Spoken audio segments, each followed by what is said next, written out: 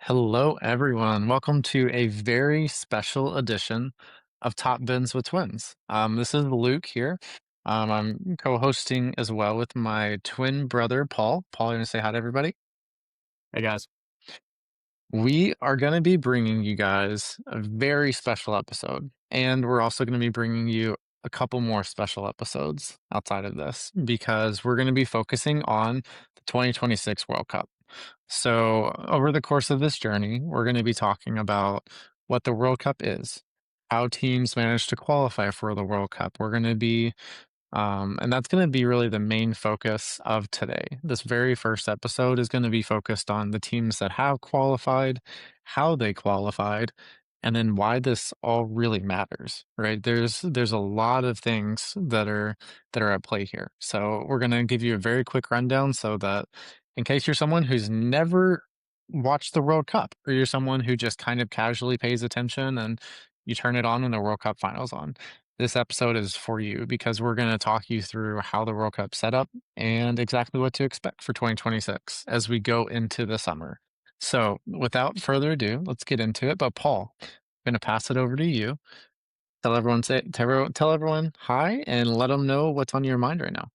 Yeah, I think I'm really excited to kind of branch into this other world because I mean, if you watch our typical episodes, we're usually talking Premier League, FPL, all of those kind of things. So this is going to be a podcast. It's going to be pretty full of information and also just kind of like Paul, a quick question for you. What is FPL for the listeners who might oh not know? yeah, yeah. So it's fantasy Premier League. It's basically the equivalent of if you're used to fantasy football and NFL or whatever Fantasy your team baseball, sport, whatever it may be. Yeah. baseball, basketball, anything like that. It's the equivalent in the Premier League, and we Mhm. both spend way too much time obsessing over it and spending our weekends watching, Yeah. which which is its own thing. But so we're this whole sequence, like Luke was saying, we'll have 5 episodes coming out that are going to really be out there for people to feel like that this tournament is approachable and it's not just something that like can provide a lot of context because I mean the World Cup does come around every 4 years. People are used to maybe seeing the U.S. on their screens and maybe watching that a little bit, or even if you're watching from another country, just following your national team briefly. But maybe we can help provide more context to like, hey, who is this Mbappe guy? Or that's weird. Why is Javi Simmons not at the World Cup? That's weird. What happened? Like just little things like that that Poor, poor, we can poor help fill in Javi the. Simmons. Yeah, no, Yeah. that's a tough one. Hopefully his recovery goes well. But no, I'm really excited. I think this is going to be a really fun way for us to engage with people. And also, if you have questions, if you have and any debate you want to get into with us over the World Cup, anything like that, feel free to always engage with us. I mean, on whatever platform you see us, we're always here. I mean, this is the reason why we started this podcast is because we just love Yep. talking about these topics. The best thing that you all can do right now is be sure to give us a follow if you're listening on Spotify or like and subscribe to the YouTube channel because that's where you're going to get the best content because throughout the course of this series of episodes that we're going to be doing, there are going to be some really detailed topics that we're talking about, right? For example, we're going to be talking about some of the issues that have arisen with this World Cup, right? And, mainly focusing on ticket pricing and what was comparable. So, a lot of that information, like I mentioned, is very detailed and it'll guide you through that process a lot better if you can see what we're sharing on the screen as we go through this. So, Yeah. yeah, but I think those are all great points, Paul. We are really excited to be talking to you all about the World Cup because not only is it, as soccer diehards that we are, the World Cup has an energy to it that, club football and, European competitions and all those great things. This has a very unique feel to it, right? And as we kind of get into the meat of this episode, one of the big things that we have seen is that FIFA has expanded the size of this tournament. It's gone from what is typical 32 teams now up to 48. So you're adding, Mhm. 16 more teams. And that means a lot more games. That also means a lot more travel. A for lot these more players. money too. And that's the reason why, right? Because FIFA is known to be an organization that prioritizes making money. And at what the real question is, what is the negative that comes out of this, right? And there could be multiple. It feels like it could be detrimental to the players, is what the thought process is there. And also, like we're seeing for the fans, because that has exponentially driven up the prices for this 2026 World Cup. So, what we'll do now, though, Paul, unless you have any other opening thoughts you want to share, I think what we can do is go into the tournament format so that people have an idea of what to expect. You hear about the World Cup, but your first thought probably is, how is this played? Is it a playoff system? Is it round robin? And that's, a very American perspective on it. But I think, being Americans, we don't have a lot of that initial exposure to how soccer is, operationally set up in Europe, right? And if you're a European, if, also South American, whatever it may be, right? If you're outside of the US, you probably have a very functional idea of how this works. So we're just going to start from the very beginning. Paul, if you want to, yeah. So let's go to the group stage games there, if we can. Um, World Cup 2026 intro there for everyone. Um, so what we're looking at here, That's not the right one, Luke. so this is what we're looking at here. Mhm. The World Cup is set up by different groups, right? Um, and the important thing to note here, right? Let's take Group A for example. And, this is another note that we need to highlight as well. Whenever we look at this current World Cup, it is being co-hosted by 3 different countries. Those 3 countries are Mexico, Canada, and the United States.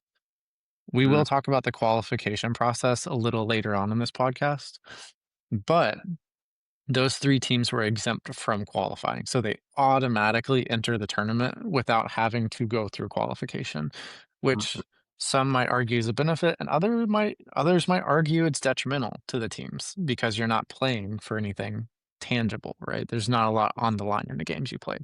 So, Paul, with this, do you wanna explain how the group stage works and more particularly, like, how teams qualify out of their group? yeah, so, it's gonna be pretty straightforward if you've ever experienced a round robin tournament or anything of that sort of nature. So, basically, if we look at Group A, all 4 of these teams will play each other. There will be, so Mexico will play 3 matches. They'll play South Africa, Korea, and then also Czech. With that, it's accumulation through the group of how many points you collect from each game. So if Mexico's playing South Africa, they have the ability to take 3 points, 1 point, or 0 points out of it. And So Paul, so how do you get 3 points? How do you get 1 point? How do you get 0? Oh yeah, yep. So 3 points is winning. So if you win the game straight up, you get 3 points. If you tie, it's going to be 1 point. Which in this situation, the World Cup, they will have added time to these games, but you're not going to see in these qualifying games. You're not going to see stoppage time. You're not going to see penalty kicks. Any of that stuff in the group stage. That's going to be only for the knockout stages. So in this one, basically, like I was saying, Mexico will play all 3 of those teams in their group and then they will move forward based on how many points they have compared to the rest of the group at the end of the group stage. From there, they'll end up going if you make it out of your group, you'll make it to the knockout stage where you're going to be playing a one-off game against a team that has also qualified to make it to the knockout stage. And from there, that's where the fun really happens. And sometimes you do have situations too on the last day where what was it, the last one, Luke, in 2022, where I think it was Germany was out on the very last day Mhm. for brief moments, and then it ended up not happening and they advanced. But you Yeah, have a lot of contention, and for people that maybe aren't as familiar with this, it's kind of going to be a little situation to on those knockout stages where you're going to get a little bit of like that March Madness feel, a little bit of without a something. doubt. Yeah. And There, brawl. whenever Paul describes the knockout stages, what you can picture there is it really looks like a tournament bracket, right? So the really important note here too within the group stage, right? You must be thinking like, like surely it doesn't really matter. You just want to advance and move on to the knockout stage. Yeah. But doing well in your group does really kind of determine how successful you can be in the knockout stages because based upon where you end in your group, so let's say Mexico again, right? We're looking at group A. Mexico would most likely, in my mind, them or the Korea Republic are the favorites to win that group. Yeah. Let's say Korea Republic wins their group. So Group A winner, that means you're going to be playing a team in another group, which I could look that up real fast. So let's say you are so you win your group, right? Mhm. You're then going to be playing a team that finished third in their group. So ideally, you're playing weaker competition to initially start out, going Mhm. into the knockout stage, which is really good because tournaments like this are all about minimizing your risk, right? They're about giving yourself, whether it's a 2%, whether it's a 10%, whatever percentage chance you can do to increase your likelihood of winning, that is what most matters at the end of the day. Because when we see these massive, matches that every single one means so much, the margins are very fine. And if you can have, a tangible talent advantage over your opponent, that's going to go a long way. Because as we see in Mhm. these tournaments consistently, it's really hard to win in these tournaments time and time again, right? It's just incredibly difficult. So, the place that you come in your group is very, very important for these teams and something to Mhm. keep an eye on. But Paul, any other additional information there that you think we should have for the group stage process? Um, I think just from a footballing perspective, looking at it, if you're a fan of a country, those that first match you play is so vitally important to setting the momentum and Mhm. also pathway for how you're going to be going through the group stage and even into the knockouts. Like you said, Luke, getting that first spot in the group really does help out making your path easier to advance once you get to the knockouts. It And does. the Mhm. World Cup really is, from a team perspective or country, I guess, perspective, you would say it really does come down to momentum. And you always see there's always a dark horse. Last in 2022, we had Morocco, who is a much better side than I think people gave them credit for, but still a dark horse to make it to the semifinals. And just overall, I mean, every World Cup you almost typically see that situation. So maybe this year it'll be the USA, Luke. Who knows? I'm not optimistic, but Oh, we know you're not. you never know. We'll get into that in a later episode of this World Cup special that we're doing. But I think it's a great point, right? Because within these tournaments, like we were saying, there's always if you're in the tournament, you always have a chance of advancing, Mhm. regardless of how talented the team is or, how much of an underdog you are. There's always a chance, especially in the knockouts. If you can just Mhm. last, you get through the initial 90 minutes, get through the additional 30. If you go to penalties, anything can happen, right? And a lot of teams, they will play for that if they feel like they're at a real talent disadvantage. So, Yeah. I think that's probably a good segue for us to kind of look at some of the teams that have historically done really well in this tournament. So, whenever we're looking at this, Brazil has won the most World Cups by, 1 World Cup, but that's 5 World Cups is incredible. Yeah. Um, Very, very impressive. And the other team that is most noteworthy on this infographic, is that of Italy. Unfortunately, Italy did not manage to qualify for this World Cup. That will be their 3rd straight World Cup that they have not attended.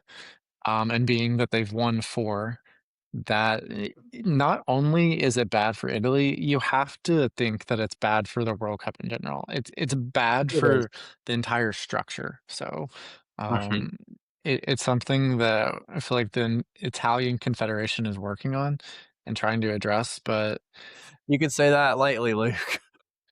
well, the reason I say that, right? I think they are actually trying to work on it but you can see with how they've set up their youth system, it feels like what's being taught is tactics, but not the creativity that is required in a football match, right? Like, you have to have those players who can open up a game and have a moment that makes the world a difference in a match, right? Like, Yeah. do you have that player who can volley in a shot from outside the box to the top corner and get it past the goalkeeper in the 93rd minute? Like, I don't feel like they have that player, Yeah, they do. right? They have So, Calafiori. What are you talking about? yep, he's a defender. So, um, but okay, so whenever we're looking at this, there's a lot of teams here that I think are very noteworthy, and we would expect to be in this. Um, Uruguay at 2 is a little surprising, but not really, right? They just haven't been up to that caliber that they were there for a while in like the 90s in the early Mhm. thousands. So, what other teams stand out to you here, Paul? I would say France is a big one. With the amount of talent they've had over the past 25 to 30 years, you would honestly think that number would be higher than two.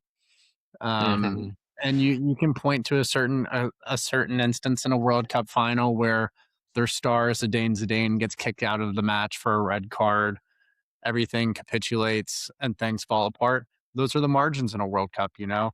You have one player that, and I don't say this in a really bad way, but that's why there's so much pressure on these players in these World Cup situations. Because if you're in that final, you get a red card, your country doesn't get to the World Cup and there's expectations.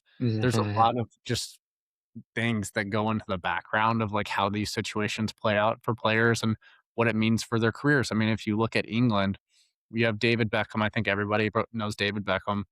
Um, his career hinged on winning back England after getting I think it was, yeah, he smacked Diego Simeone in the face or got a red card on him, and then England turned against him. He won back their affections with that free kick against Greece to make them qualify for the World Cup. Those moments make and break people's careers, you know? And it's They just, do. Mhm.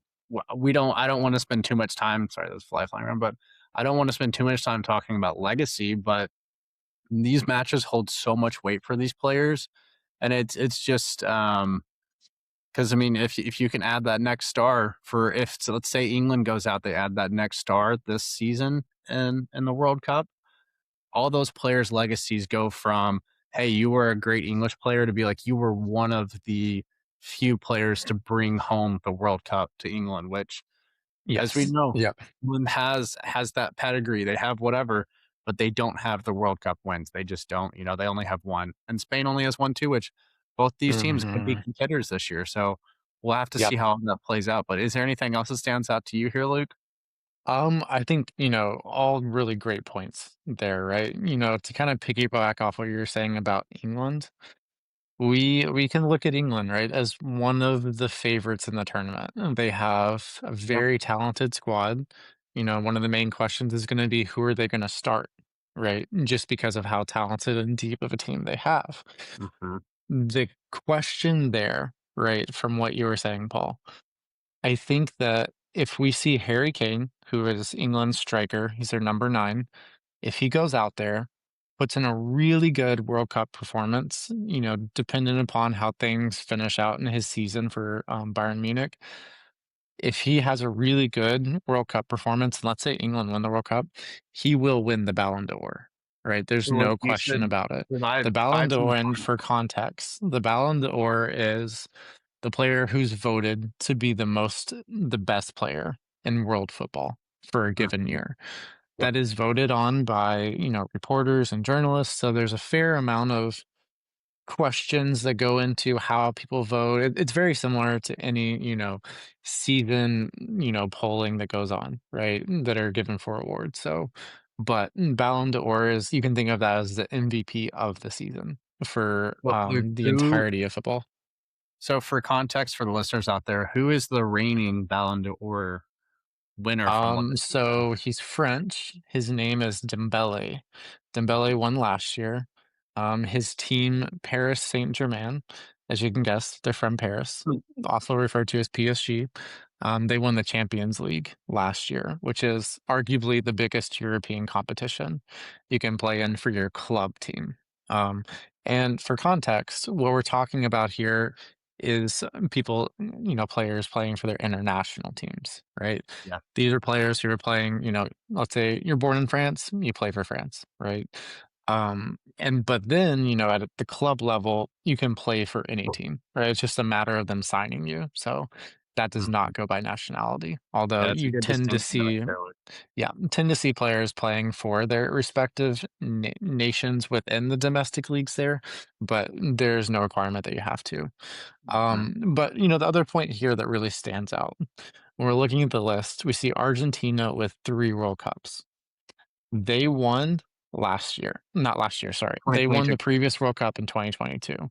The infamous showdown between France and Argentina. That was Mhm. one of the more enjoyable matches to watch, right? Oh, Because of yeah. the drama, because of, the importance of that, especially for Messi, right? Of cementing his legacy as winning a World Legacy. Cup, right?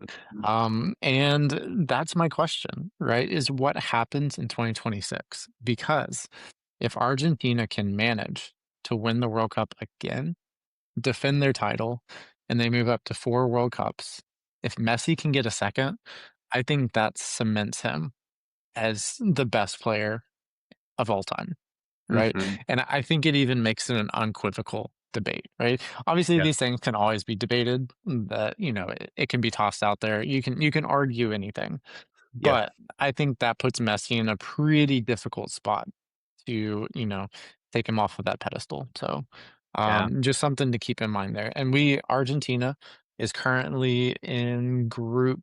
I don't see them. Okay, they're currently in Group J. They are with. I will have to look that up. I'm Here, do not you want me to sure. pull it up, Luke? Those. I can just move to that slide. Yeah, let's go over to that. Let's see which way it was. Okay, we can just go with this one. Yep. So Argentina, Algeria, Austria, and Jordan. Argentina are heavily favored to not only move through that group, but to win the group, right? Yes. And then put themselves in a better position. So this is another thing that I think is important for us to talk about, Paul. Whenever we're looking at the group stage here, there are a lot of countries that are being involved in this World Cup that would typically not be there. Yep. And what that means to me is I worry we see a decreased level in the quality of play, right? Mhm. Um, it will be very interesting to watch the goal margins within these matches. Yep. I would expect that margin will be significantly higher than past World Cups for the Yeah, and group look, I stage. think, just to piggyback on what you're saying there, that is a really important point to make because if you're looking at a situation where, let's just say we look at a matchup of Spain playing Cape Verde, right? Or Cabo Verde. Hmm. Not no hate on the Verde there, but I do think that Spain's probably gonna be looking at that game saying, "Hey, if we end up in a sticky situation with Saudi Arabia and Uruguay, and it comes down to goal differential, which it could if you're tied on points, it's gonna go to goal differential to see who advances out of the group." Paul, what is goal differential for the Yes, listeners great that might question. not know? Great question. Great question. So it's going to be the spread between the amount of goals you scored and given up. So let's say Spain beats Cape Verde by they win 7-0, and after that game their goal differential is +7. But let's say Cape Verde beats Spain 3-0, Spain's goal differential would be -3. And so that carries on through the group where cumulatively from all your games you build up a goal differential. So that factors into, if you can advance or not. So teams do like to capitalize on that. So like I think that's a great point to say that we could see Mhm. some of these games that are, pretty big blowouts because those goals really do matter in the long run. Yes, they really do, and I think, another way for us to kind of segue this, right, is for us to talk about how these teams are qualifying, right? Because that plays a Mhm. very intricate part. of us looking at this expanded World Cup playoff, right? Like, so Yes. if we look at Sweden, for example, Sweden was playing in European qualifiers, where they had to play other European teams in order to you can leave it here, Paul, Oh, okay. just for a second. But Yeah. they had to play those qualifiers, right, in order to get to the World Cup. Well, what happened is they played in a very similar group stage like we see here, and they came in last in their group. But because of the expanded World Cup, there were a couple of remaining spots where they then entered a playoff, and they were able to play through those games and then Oh, qualify to get into this World Cup now. So in their group stage, they actually finished last in their table, but they're still in the World Cup. The thing about this, right, is we're seeing a lot of teams enter into this competition that, like I said, might not necessarily they wouldn't have made the cut in previous years. So there are some pretty big question marks there. Um, we also need to set the stage too to say that all of these different teams are coming from different parts of the world. So how does qualifying work? In order to qualify, you play teams in your surrounding portion of the world, and that's been organized pretty much by continent, right? So we have UEFA, which is Europe. There is CONMEBOL, sorry, not pronouncing that well, Hanbel. which is going to be South America. We have CAF, which is Africa, AFC or Pacific, which is gonna be Asia, and then we have CONCACAF, which is North America, and then also Central America. Um, Mhm. all of these different areas of the world play within their area of the world to then qualify for the World Cup. And as we can see here, the teams that have the most representation here at the World Cup, by far, it's Europe. Um, Europe has 16 teams in this current World Cup.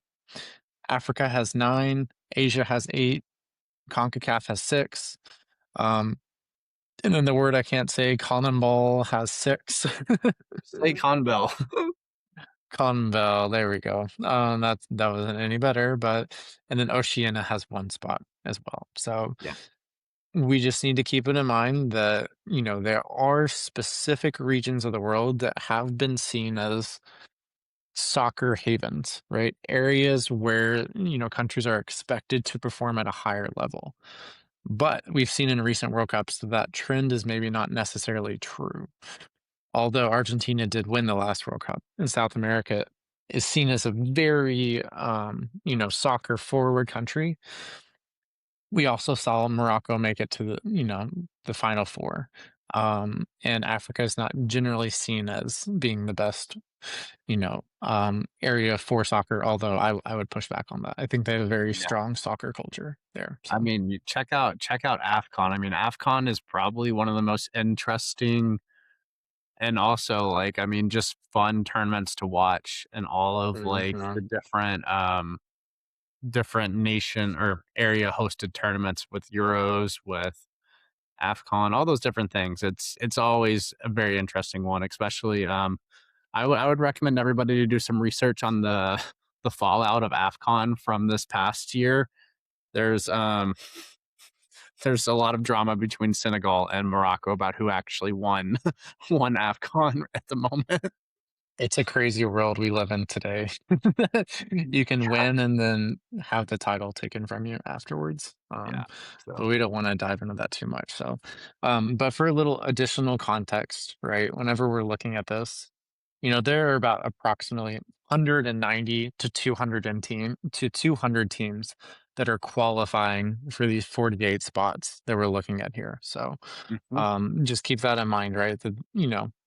While we are saying that maybe a few extra teams are getting in that maybe wouldn't have made it into previous years, previous World Cups, these are still going to be pretty good teams, right? Even though there might be a noticeable drop off in that level compared to the elite teams. So mhm, just want to highlight that there.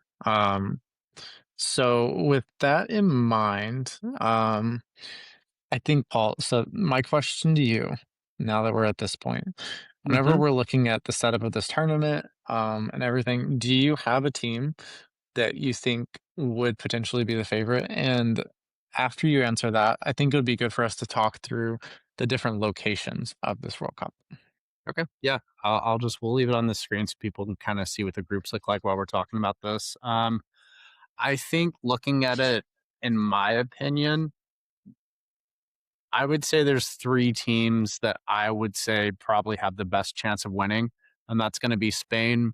They have a great crop of players coming in right now. They have players all across Europe playing in the top leagues, and it's just more of a cohesive unit and squad compared to, gigantic firepower, like, if we're looking at a team Mhm. France, who has probably a grouping of the best attackers in the world at the moment. Like they just have Yeah. attacking power everywhere. They have good defenders. But I feel like with France is kind of a team of moments in a certain way, you know. Spain just feels like they're always going to be precise, attacking in specific ways, and just really progressive in how they play. So I'd say France, Spain, and then also Argentina as well, to Yeah. defending their current title. With Messi there, Messi has his, for lack of a better term, his boys that are always there defending him, and just a really tough team that has the mentality to be very successful in this World Cup and the talent to be very successful as well too. But who would you highlight, Luke? For me, I think there are 5 teams that have Oh, here comes the England slant. Here we go. a very realistic opportunity of winning this World Cup. Mhm. I would agree with Spain. I would agree with France and Argentina. All 3 of those, I think, have very good chances.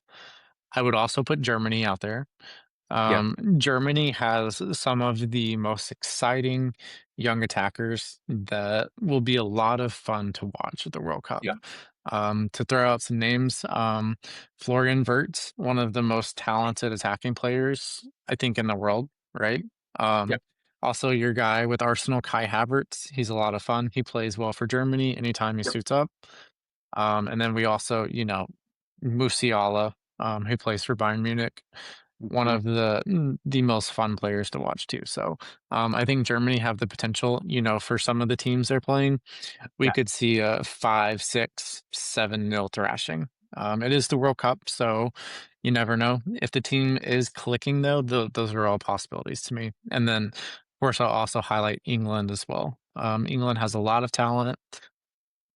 Arguably, they have the best striker in the world right now in Harry Kane. As we mentioned a little earlier in the podcast, he is lethal in front of goal, and he's great at knitting the play together, right? He'll drop deep, he'll connect the play, cycle the ball around, and he just knows how to win matches, right? So, um, England is definitely a team to watch for me, and I think they're in, it is a little bit of a tricky group, but Yes. for them, Right. I would say, for them, it's just about getting out of the group, right? Ideally, maybe you get the first or second spot, give yourself a little bit of an easier matchup going in the first round of the knockouts, but I could see them beating anyone in the World Cup currently. So, So, um, I do wanna ask you a question. So neither of us mentioned Brazil. Is there a reason why?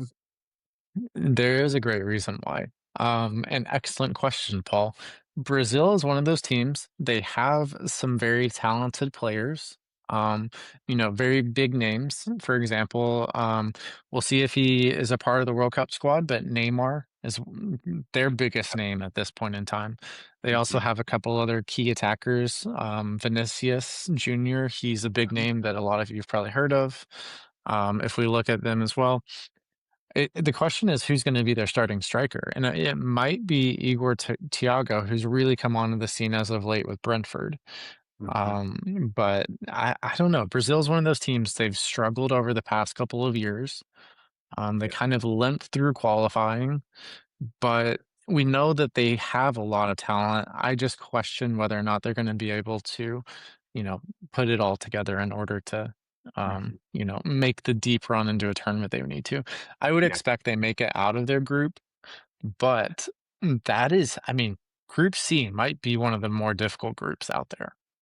Yeah. I mean, it's Scotland is not your, Scotland team of old. They have a lot of really n I shouldn't say that, but they they can pose a lot of problems to all of those other teams. And Morocco, like we said, they were the dark horse of the last World Cup, have been playing very well. We're just in the AFCON final.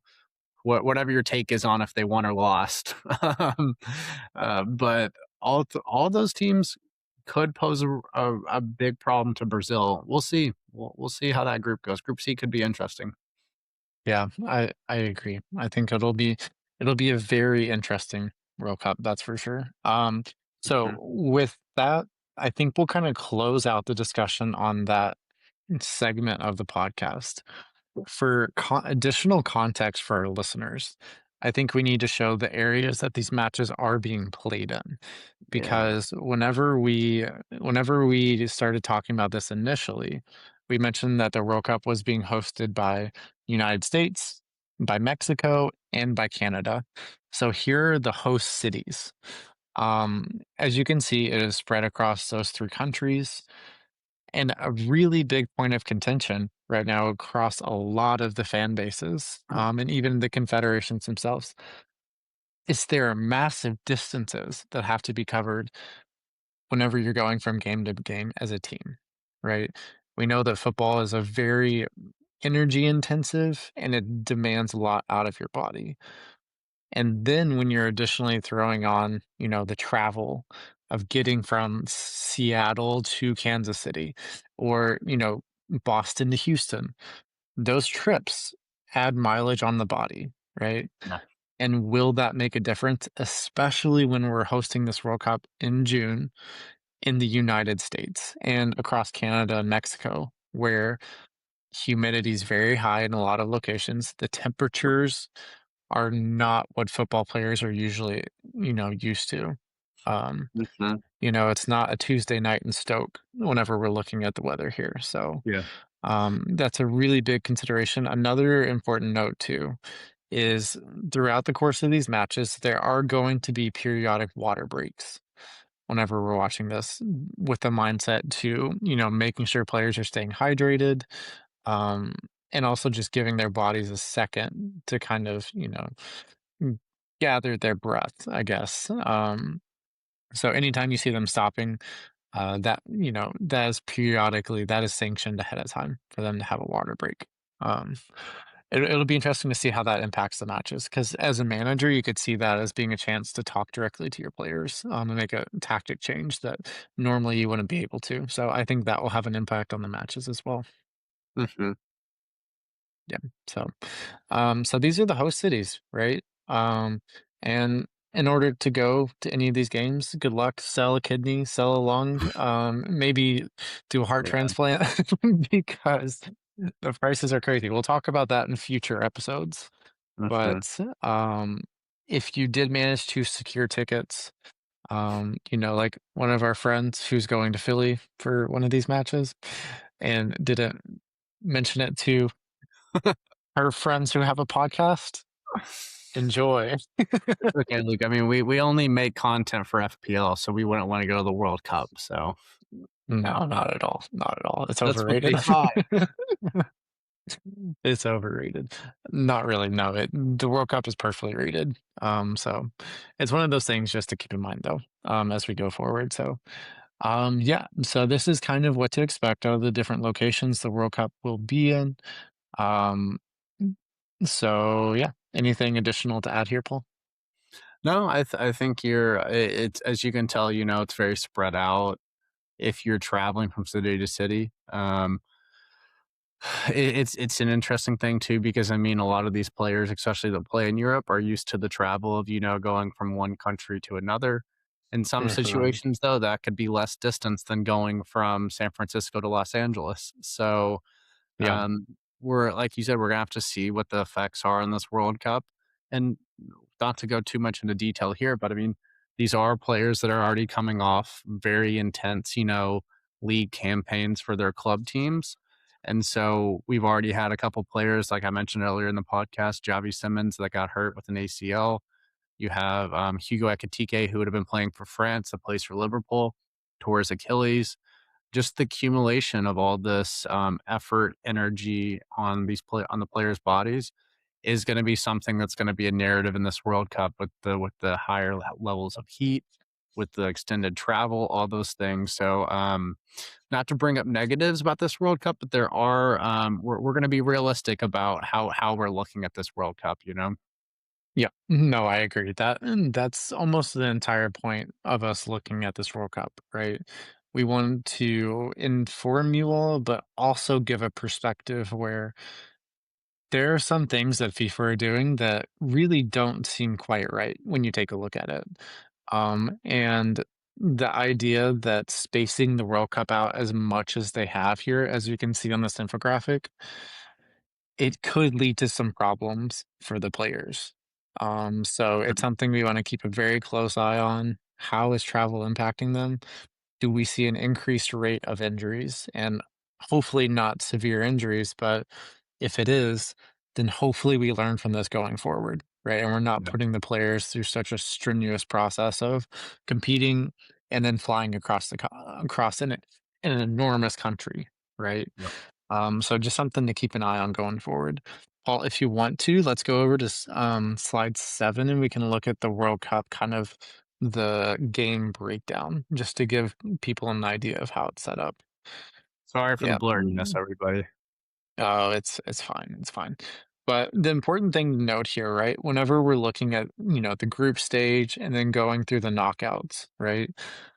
The group stage, in my opinion, is the funnest part of the tournament, right? Because when we look at the left side of this graph, there's so many matches that are happening that it just makes things really exciting, right? Like Mhm. you're getting 4 matches a day. And that is going to keep us very, very busy. And it'll be even tough to track at times. So you got to be very locked in, ready to go. And for anyone that's outside of the US who, let's say you're European, right? I know where you're And going with this. you're having to wake up at odd hours, the matches are, while you're working, get used to it because that's what we do all the time. Yeah. Um, No, it not go to off, be an Luke. No, no, asshole no. about Keep it, going. but it's just one of those things, right? Where, um, you I think we have found our love of going through the process by having to make time for watching matches, and doing that. So, for the things that we love, we will make sacrifices, and I'm sure that you all will all do the same. Because Mhm. there's nothing quite like the pride of cheering on your country whenever you truly believe in them. Yeah, not to throw shade on all our European fans out there, but sometimes, having a little context to what we go through day to day and weekend to weekend is gonna be interesting for them, you know? Mhm. Yeah, it will be. It will be. So, just an important note to look at there. I mean, like I said, there's a lot of matches to be played, and it's going to have an impact on the players. It's just a matter of figuring out exactly what that is, right, as we go through it. Just Mhm. hopefully we don't see any major injuries as we go through the tournament. But Yeah. Yeah, we don't want um that. yeah, so I think what that will do is that's probably gonna bring us to the end of the podcast today. Paul, Mhm. any final thoughts for our listeners out there?